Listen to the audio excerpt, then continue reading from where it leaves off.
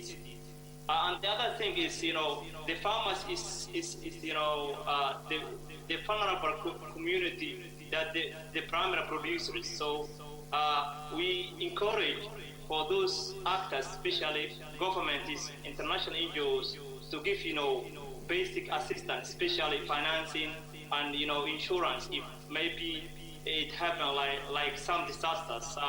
Like for example, in some regions in East Africa, especially in Somalia now, it has happened some like diseases, especially locusts, that they just removed all the crops. So if those farmers, they can get like some insurance in the future, they have motivation to continue for their production.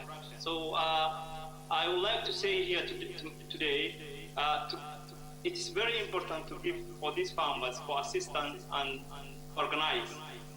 That's my point. Thanks. Absolutely. Thank you, Mohamed Abdino. Good point. Insurance in case of locusts, insurance in case of shocks, we call them. That's a very good point there. From Mogadishu, let's go to Nairobi. Amanda Namaye, now you're the lead of Go Getters. What is Go Getters for those who don't know? Amanda, tell us. Yes, thank you, Jeff, and hello to everyone who is tuning in. So the Go Getters is a collaborative community. I'd like to echo what His Excellency Haile Mariam said, that Africans should talk together and talk with each other. So the Go Getters Africa is a platform that brings together African agripreneurs who are youth, where they come from across the value chains.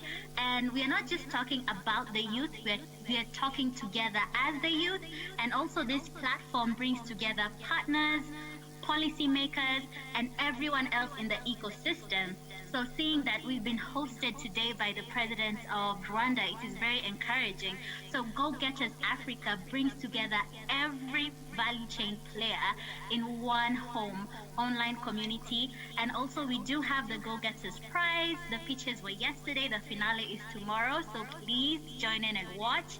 And yes, it's a safe space for youth to get opportunities to grow and to interact with each other.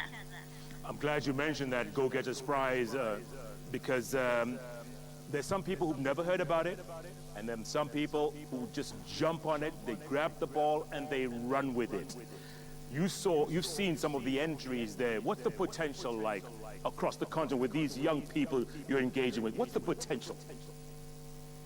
There's great potential. Actually, I'd like to quote Winston Churchill, never let a crisis go to waste. So we could see from the pitches yesterday that there were some innovations that came up during the COVID-19 storm.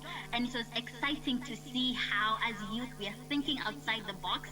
We are not being contained by any situation, be it COVID, be it drought, be it locusts. As youth, we are agile, we're thinking on our feet. So there's a lot of potential. There are lots of industries that we saw, innovation, ICT, finance, coming together to bolster the agriculture sector. So it is really exciting to see the youth take up the ball, as you say. So yes, please, the finale is tomorrow. You will see more. Yes. Fantastic. Thanks, Amanda Namaye. She's the lead at Go Getters Africa. Let's come back to the Kigali Convention Center, where we find our very own Etienne Niyigaba. Now, he's a Youth Engagement in Agriculture Network. Etienne, your thoughts? Thank you, Jeff. My name is Etienne Niyigaba, as you said, and I'm the founder of Youth Engagement in Agriculture Network, which is a social enterprise in agriculture extension in Rwanda. Coming back to the question of the challenge we got from His Excellency, what do you want?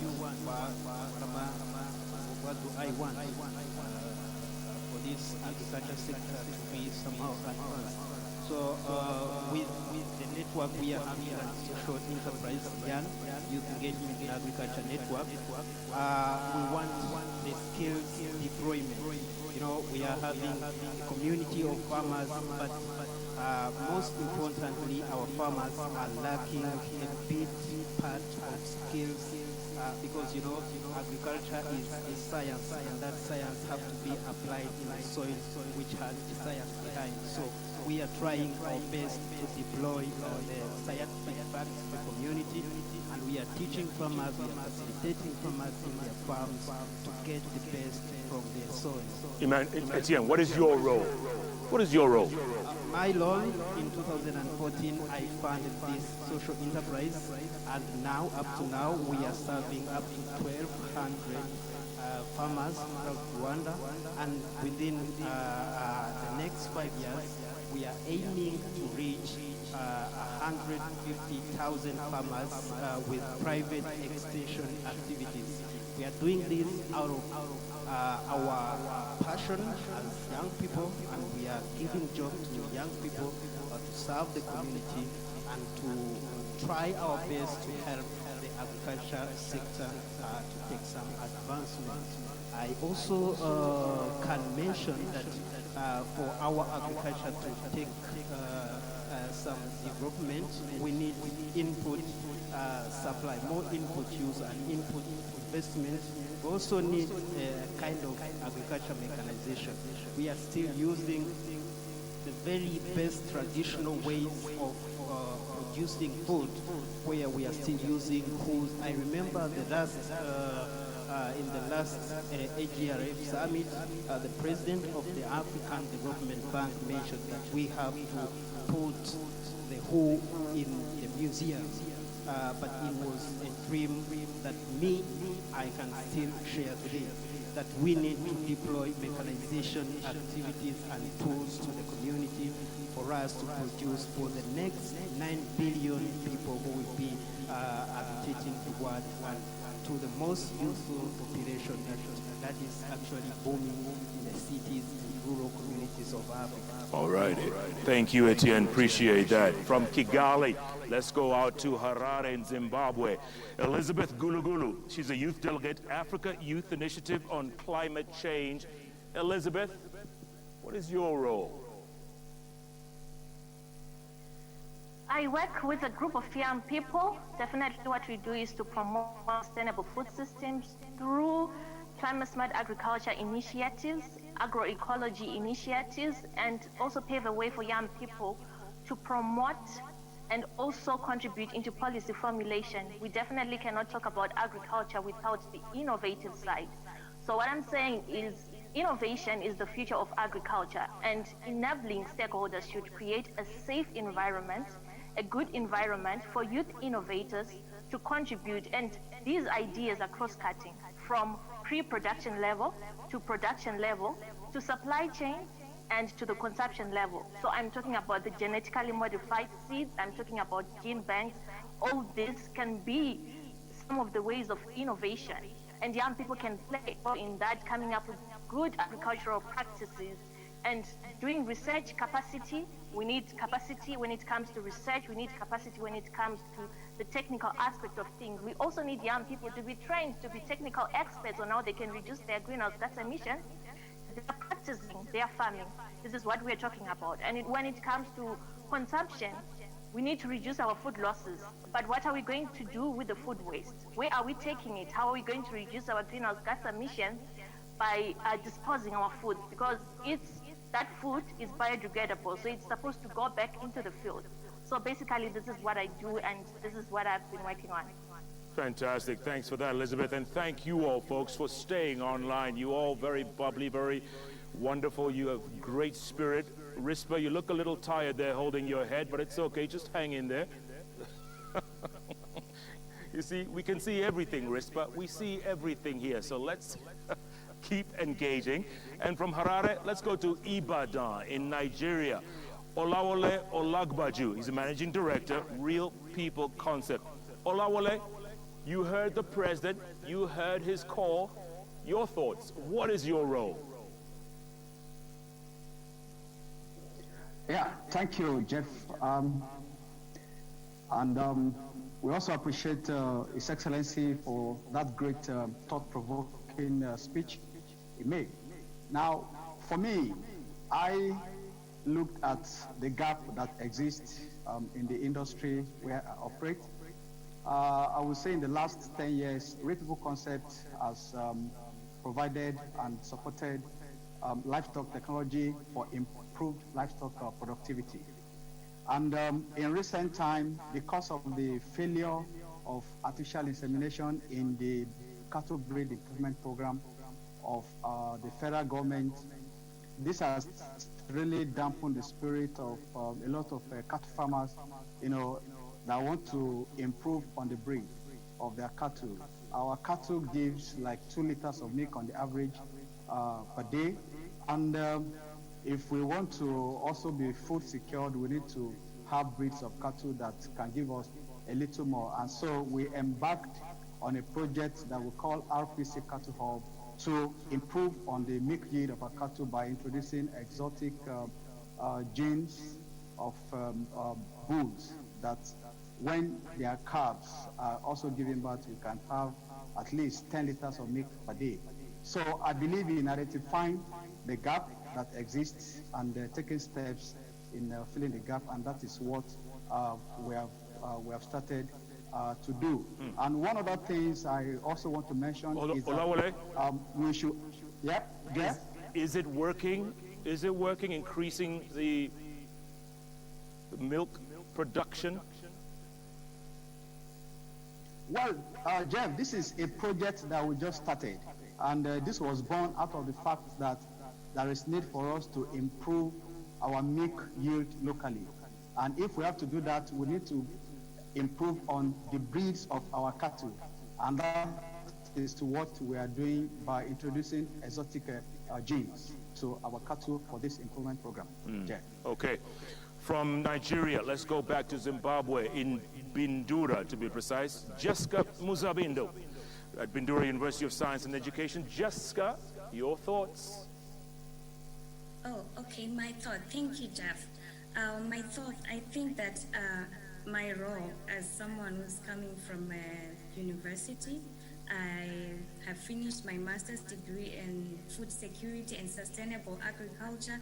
I believe that as a holder of a master's degree, I should ensure on capacity building, sharing knowledge to young farmers out there so that they can be able to be resilient in face of climate change or maybe climate adaptation. So I need to teach them skills on how they can adapt and how can they also have value addition for their resources which they can have.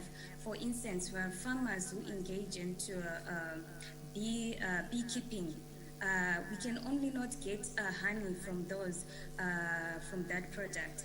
There are many benefits which can come from beekeeping. Hence, if we capacitate our farmers, teaching them how they can value it, how can they value, do value addition on beekeeping, the value chain which comes along. We also know that instead of just doing it as a subsistence for their well-being and livelihoods, they can also do that as a commercializing, which can also improve in their livelihoods, bringing income to their families. So I believe that as well, we can teach them more technology, which is advanced, which they can produce more honey or more. Some of our farmers, we've noted that they engage into, they harvest edible insects, but we see that those insects, they are available seasonally. So it means that they need to be taught on preservation of those insects, such that they can still have them during the period when they are not available. So my point is like, I believe my role is to engage them and link them with organizations. We can help them to with finances, since some of them, they cannot produce much because of lack of finances. So I believe, like, as a youth, I should help those, I should help them to link them with supporters which can help them market and also market their product. All right, Jessica, thank you so much for that. From Bindura in Zimbabwe, let's come back to the Kigali Convention Center. I'm going to open the floor. 3 gentlemen have spoken from the floor. I need a lady to speak because we all know the backbone of agriculture in Africa is women. Is there a woman who would like to contribute anything? On the floor here live. No pressure.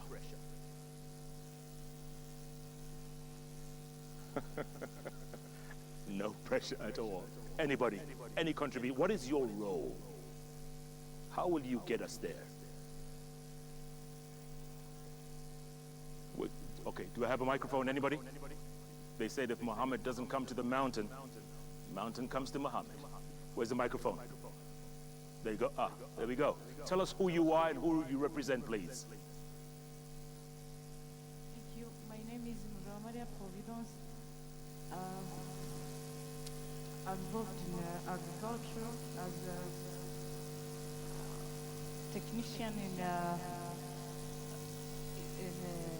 AGRF, which is the World Agroforestry Center, and I'm doing agriculture here in Kigali. I have some farm, and what you have to do as women and youth to contribute in improving our agricultural sector.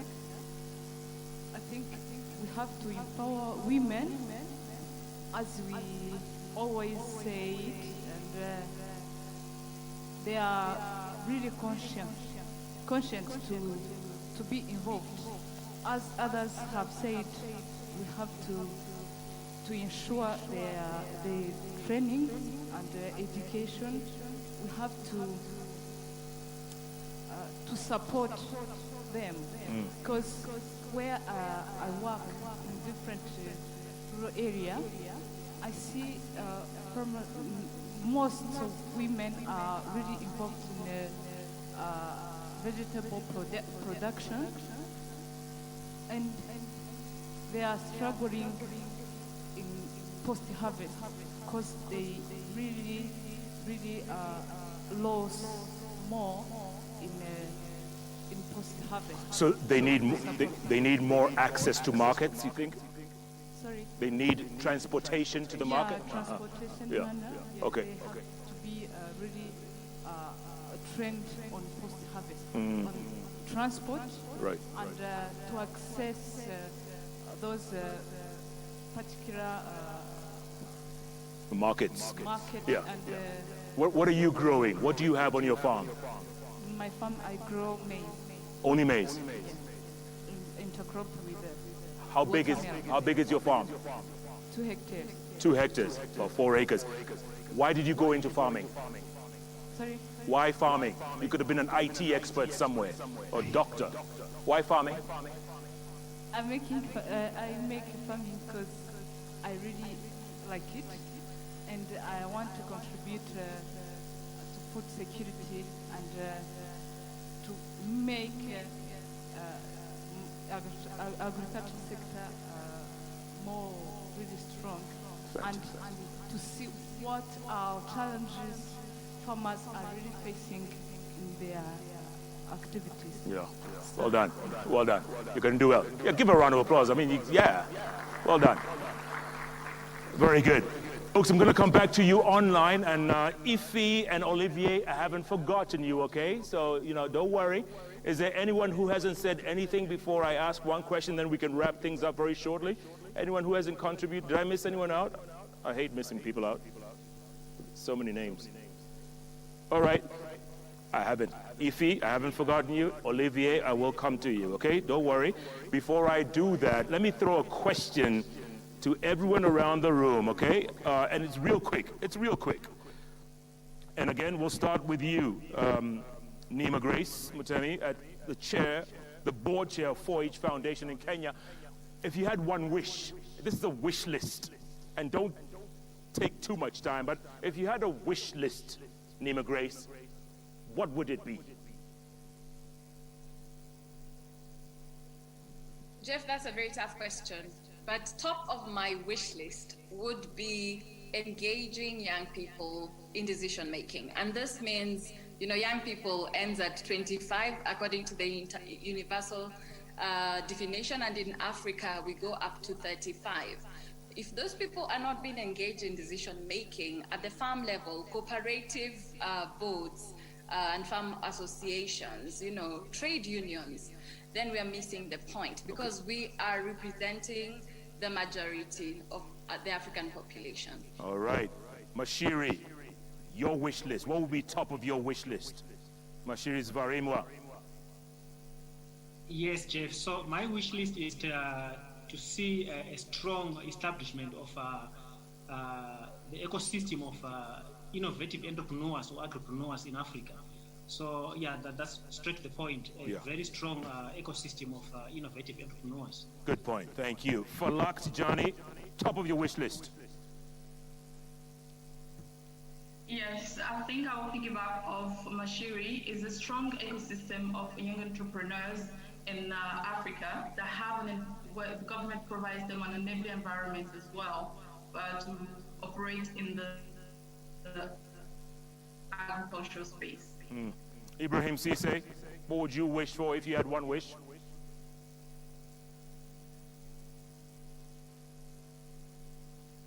Just unmute. There you go. First of all, it will be for every young person to be the powerhouse of every African nation. That's who we are. We are the powerhouse of every African nation. So my wish will be three things. One is capacity in terms of knowledge and resources. Second will be capabilities in terms of quality. And lastly will be abilities in terms of our skills and talent. So Ibrahim, I asked you for one wish and you asked for three. How does that work? Invest in youth development. Investment in youth development. I'll take that.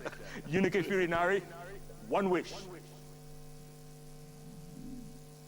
Predictable markets. As a smallholder farmers, it's very difficult to grow crops without knowing how the market is out there, and I think it runs through the entire value chain. So for me, access to markets and predictable markets works for me. Very good. Works for me too. Wanjo Risper, one wish. Unmute. If I were to pick just one thing out of my many wishes, I would go with an open market in Africa. Our borders open to each other and we trade with one another, because I believe we have a large enough population to consume what we produce and to encourage as much farming within our continent as possible. Absolutely. Esnath Divasoni, one wish. Could be your command or our command. Esnath? My one wish is on women empowerment. If we empower the rural population, especially the rural women who are at the backbone of food production in the rural communities, we can get to where we want. So my wish is for empowerment of all rural women, especially the youth. I'm with you there 100%, Esnath. Thank you so much for that. Mohammed Abdinur in Mogadishu, your one wish. My first priority wish is to organize, and assist youth, both, those who dropped out and, those who graduated, to keep training and capacity building, and then to get strong, skills and knowledge, to affect the food security. Skills and knowledge, very important. Thank you, Mohammed. Amanda Namai, go getters, go get them. Your one wish.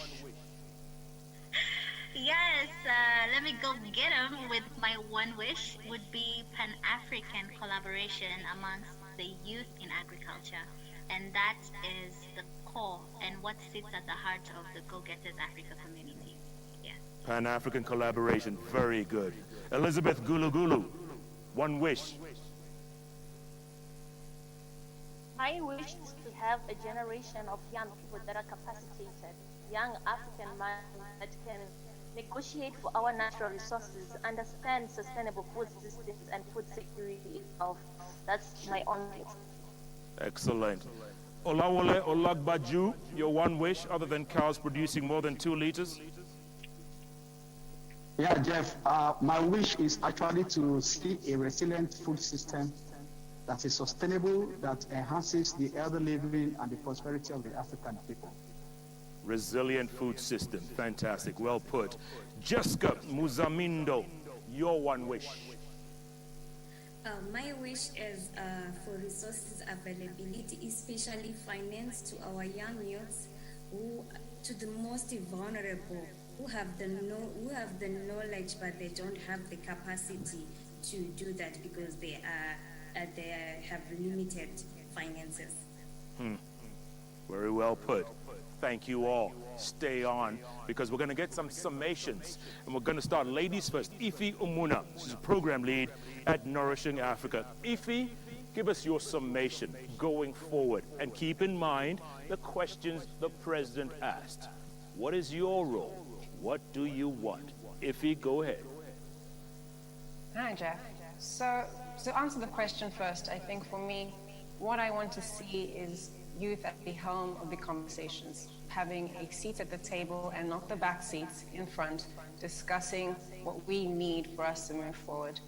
I think it's important that we are part of the conversation when policies are set that affect us directly.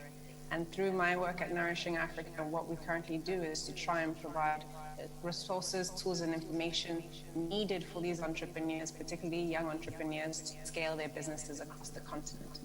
And to sum up what my colleagues and I have said today, we've seen a lot of people talk about collaboration and partnerships, Falak and Amanda in particular.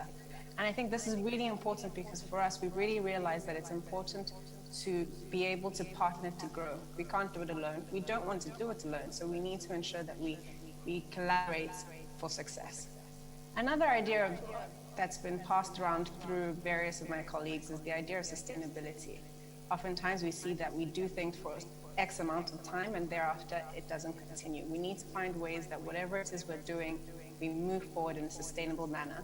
And this also ties into education, skills transfers, and capacity building. Oftentimes we see that certain amounts of people have the skills needed to perform the duties needed to be while others don't. And for us to all grow and for us to all move forward together, we need to ensure that we all have the same skills, and we might have different skills, but we know each other, and that's when the collaboration comes back in. And lastly, for me, we need to think about agriculture and food as agri-businesses. The emphasis is on business. Oftentimes people really talk about agriculture as a hobby or as something you do on the side, and that to me is unacceptable. If you want to be everybody wants to be in a sector that is profitable, that is thriving, that's exciting. So we need to treat this as a business. We need to ensure that whatever we're doing makes market sense and that we do so sustainably. It would be unfair if I left you out of my wish list. So what would be your one wish, Ife? I wish for gender equity. I really want women to be seen as equal partners, equal access across the board, particularly in the sector, because when you feed and educate and provide access to women, you're doing so for so many other people. Absolutely. Well put, Ife. Well put. Olivier Muvandimwe. He's a program manager, Rwanda Youth in Agribusiness Forum. Olivier, your thoughts? Yes. Thank you very much, Jeff. Complementing to the wish of all participants here, I would say that everything which has been spoken is very right. And if it is done rightly, it can contribute to the transformation of agriculture from subsistence to productive and market-oriented, as our Excellency wishes for the country or for the world to prosper into the value chain development. Actually, I can sum up all of this by saying that our agriculture need empowered youth. Empowered youth who bring innovation to increase productivity and of course bring the system of resilience to cope with any incidents which can come in our way to stop our progress toward productivity. So that is the one which is must be like mandatory to all youth. So, and that must goes with the researchers. Research institution, they can do the research to see how we find the input which can produce some much more to feed the increasing population of Africa, of the countries. Because today we are 1.2 billion, if I'm right, but within 10 years, the number of the growing population of Africa will be just almost 2.4 billion. So we need to think of that. Olivier. Another thing is that once the technology and the innovation has been used, the production will be available on the market. Olivier. Then we will need to strengthen our marketing system of our product to see whether we can reduce post-harvest loss. Unless we bring the technology increasing productivity without looking on how we can cope with post-harvest loss, every effort that we have been investing in will be nothing. Okay, so Olivier, we need to think about inclusive market, Olivier, reducing post-harvest, and also caring about value addition, so that we can at least keep our produces, our agri-food produces for longer period without perish. And then another thing is that we need to care about our institutions.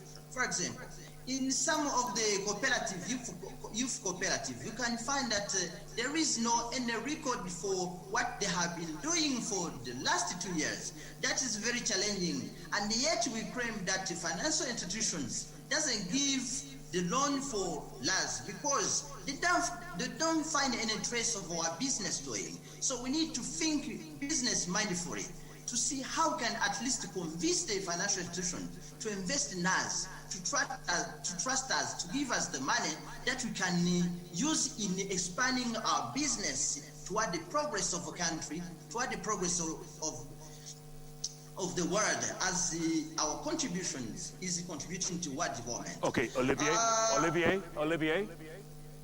Yes? Before you go on, you heard President Kagame earlier.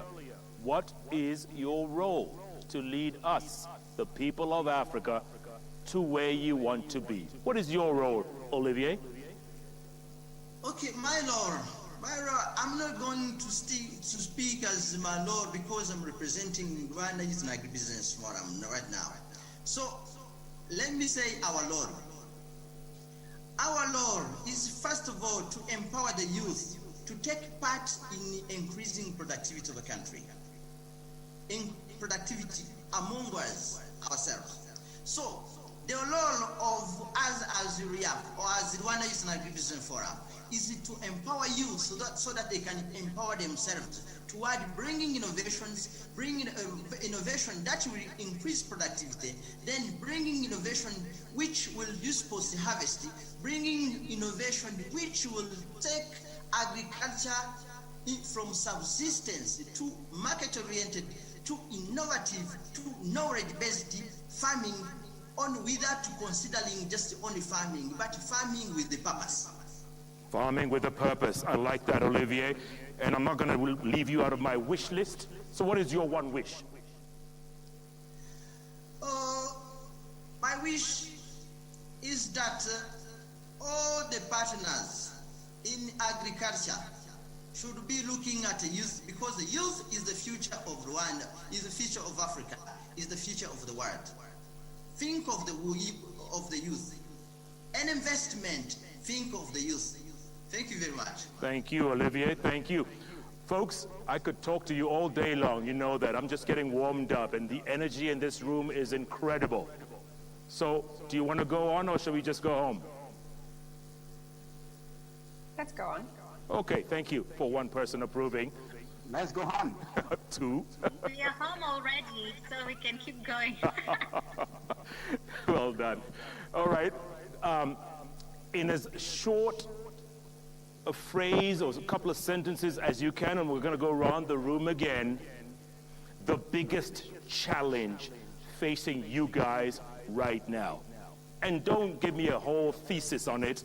I just want the biggest challenge. Nima Grace Mutemi, first you. board chair, 4H Foundation Kenya. Biggest challenge? Jeff, the agricultural sector is unstructured.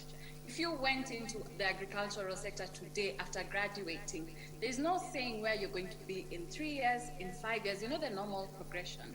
Young people need structure. If you're a HR today, you know within 3 years of experience, this is where you're supposed to be. Without professionalizing the sector, you know, we'll keep attracting young people, but we will keep, they'll keep dropping off.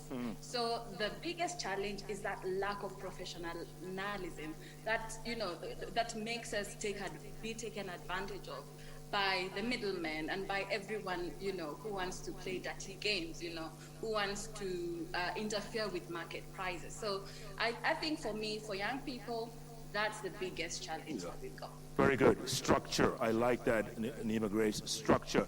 Mashiri Zvarimwa. Biggest challenge? Yes, Jeff. For me, the biggest challenge is resources in all their form and shape, because resources can be financial, can be land, can be access to technology or markets, but really, in one word, it's resources. Falak Tijani. Biggest challenge? Biggest challenge for me will be lack of information. As a consultant, as a health consulting, what we do is we provide ecosystem solutions, we conduct research, and to provide strategies to develop different organizations, from governments to development organizations to private sector actors. And having access to information is one of the biggest challenges that we are facing. As with information is power. The information we can inform policy development, can develop strategy for different organizations, farmers, private sector organizations. So my biggest challenge is the lack of information. Information is power. How true, Falak. Thank you for that. Ibrahim Sise in the Gambia. Biggest challenge? Biggest challenge is lack of vision and also the lack of organization. So young people, we want to get it now and then, which is practically impossible. And then we're not organized. As you see, we have different youth organizations. So last year, the AU mandated that we come together so we can have a collective voice. Vision and organization. Fantastic. Vision, organization, I like that. Unike Firinari, biggest challenge? For me, it's collaboration. I think all of us seem to be doing the same things, but in different spaces. So what I would like to see at the end of this summit is how all of us on this panel can come together and collaborate and see the way forward. What I'm doing in Zambia should also be replicated in Zimbabwe, in Lagos, in Gambia. So for me, it's collaboration. If we collaborate, then we'll be able to pull this thing off. Strength is in numbers for me. Collaboration, love it. Wanja Rispa, biggest challenge? I think the biggest challenge I have faced and I've seen other fellow young people face in agriculture particularly is that our agricultural industry is heavily underfunded. And this is so terrible given that our country is heavily reliant on agriculture, yet for the past 4 years, the budget has been reducing every single year. So I do not understand how you want to incentivize young people to come into agriculture on one hand, yet on the other hand, you take away from them even the basic funding that should be sustaining the industry itself. Absolutely. Good point there. Funding. Mohammed Abdil Nur, biggest challenge? The big challenge that I've made is lack of finance and lack of insurance is the big problem that we have now in our farmers. Because we have some stories like, as I told before, some farmers, they lost, their crops in like 1 day. So like, it comes like locusts and they destroy all the crops. So, and they don't have to cultivate it, to recover, for their production. So lack of finance and lack of insurance is the main challenge that we have now. Something tells me Mohammed is in the insurance business. That's like the third time he's mentioned insurance, but maybe that's just me.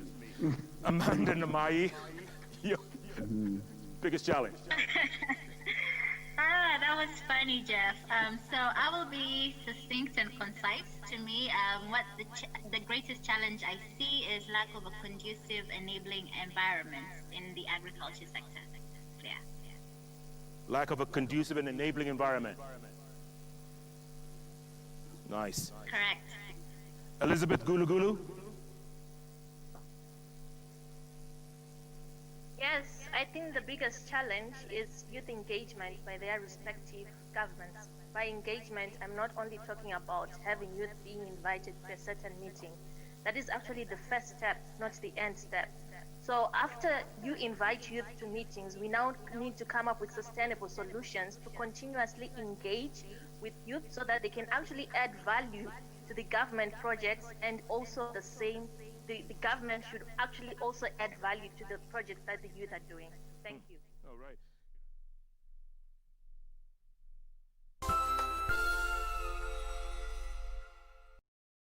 Na msibabaishwe na yale mnayoyapitia, hata yawe magumu kiasi gani, yote yatapita. La msingi ni kuweka tumaini letu kwa Mungu aliyetuumba.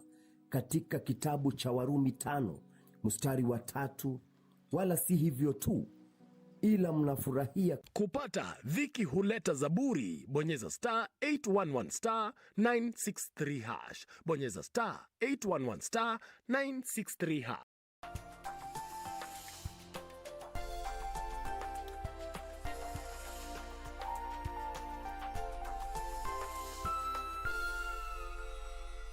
Tonight on KBC Channel 1. Mimi pia niko katika hali ya kuingia. Kivipi tena?